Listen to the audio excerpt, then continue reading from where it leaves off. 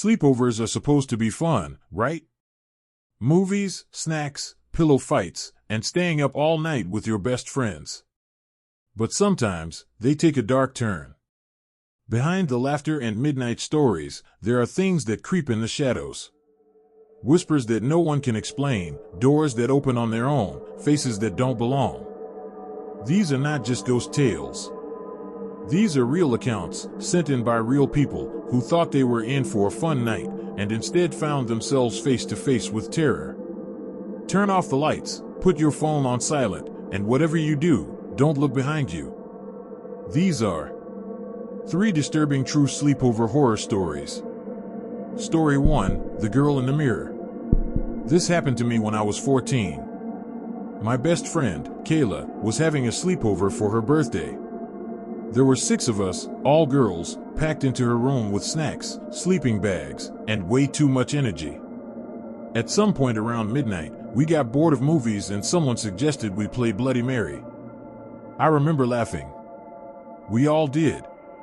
Because at 14, you're old enough to think you're too smart to believe in childish ghost stories. But also, just young enough to wonder, what if?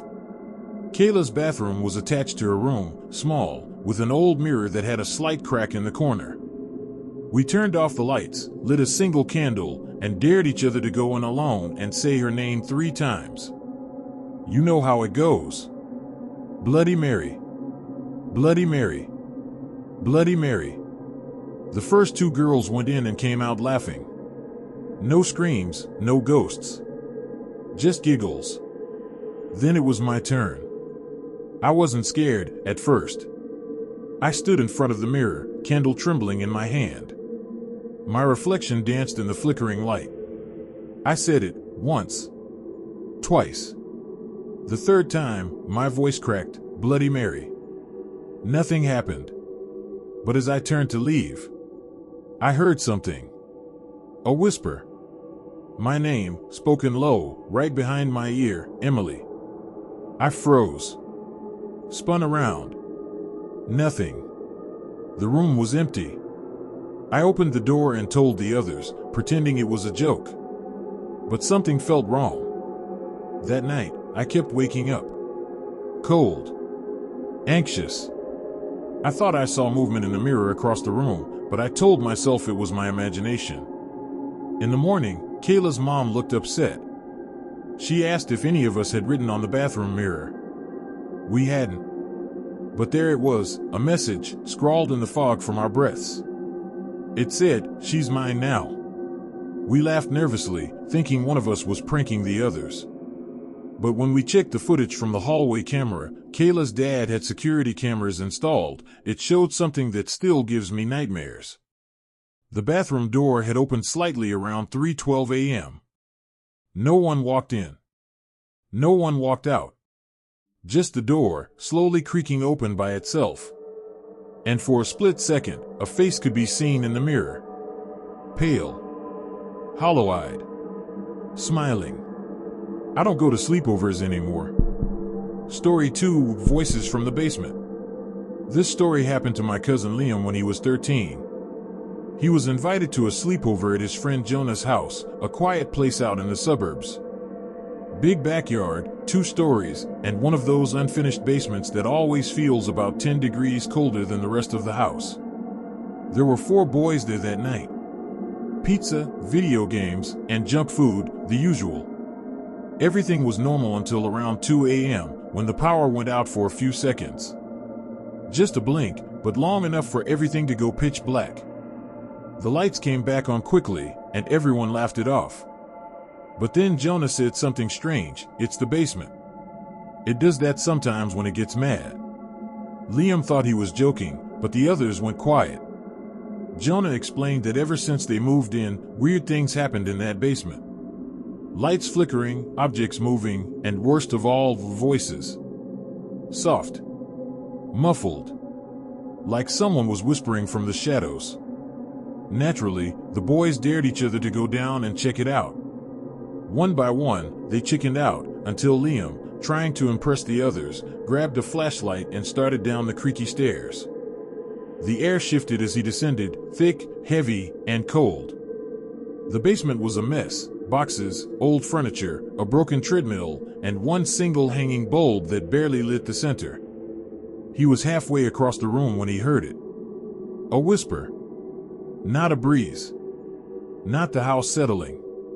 A real whisper, coming from the far corner. "Liam," it said. Slowly. Like it knew him. He froze. Turned toward the corner. Nothing there but a stack of boxes. "Liam, come closer."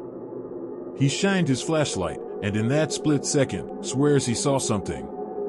A hunched figure. Pale, almost translucent. Crawling along the wall and vanishing into the shadows. He bolted upstairs, white as a sheet, heart racing. But the scariest part? He never told the others what he heard. But when he got upstairs, Jonah looked at him with wide eyes and said, "Did it call your name too?" Turns out, every friend who had ever gone into that basement alone heard the same voice. Always whispering their name. Always from the corner. Liam never went back to Jonah's house. And Jonah's family moved out a few months later.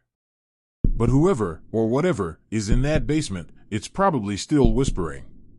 Story 3, She Never Left. This story was sent in by a girl named Avery. She told us that when she was 15, she spent the weekend at her friend Mia's house. They had been close for years, but Avery had never actually slept over before. Mia's house was big, old, and strangely quiet, tucked away at the edge of a wooded area just outside town. The moment Avery stepped inside, she felt watched. There were family photos along the hallway walls, but one of them caught her attention, a little girl with dark eyes and long black hair. Something about her seemed off. She asked Mia who she was. Mia looked uncomfortable. Then she said, "That was my sister. She died when I was 8. We don't really talk about her." Avery didn't press it. But that night, while they were watching movies in Mia's room, she noticed something strange. There was a second bed pushed against the wall, made perfectly, sheets tight, with an old stuffed rabbit on the pillow. Was someone else sleeping here recently? Avery asked. Mia hesitated, then said, "No, we just keep that bed the way it was." For her.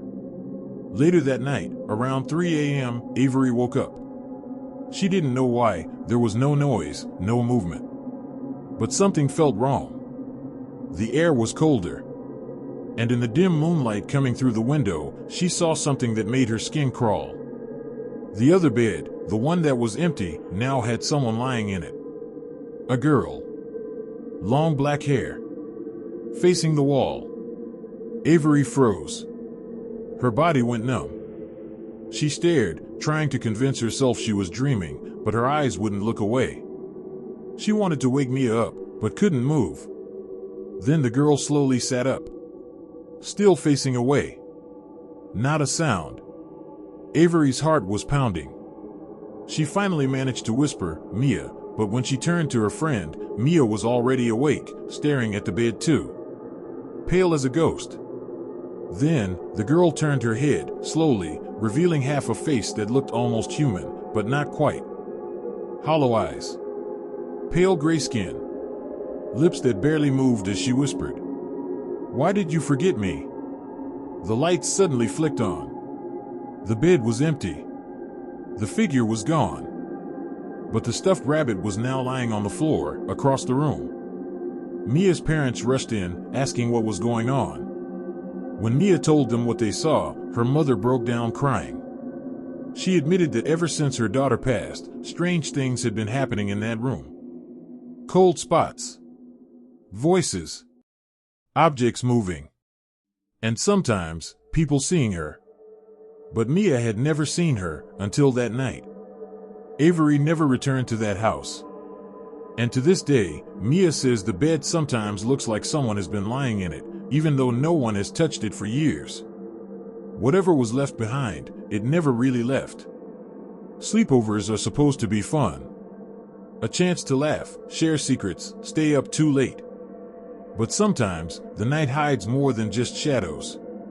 Sometimes, the darkness listens. These were just 3 stories. 3 nights that began with smiles and ended in whispers, shadows, and unanswered questions. But if these stories teach us anything, it's this. Not every guest at a sleepover is alive. And some of them never leave. So the next time you're at a sleepover and you hear footsteps when everyone's asleep or see something move in the corner of your eye, whatever you do, don't turn off the lights. If you enjoyed this video and want more true horror stories, make sure to like, subscribe, and hit that notification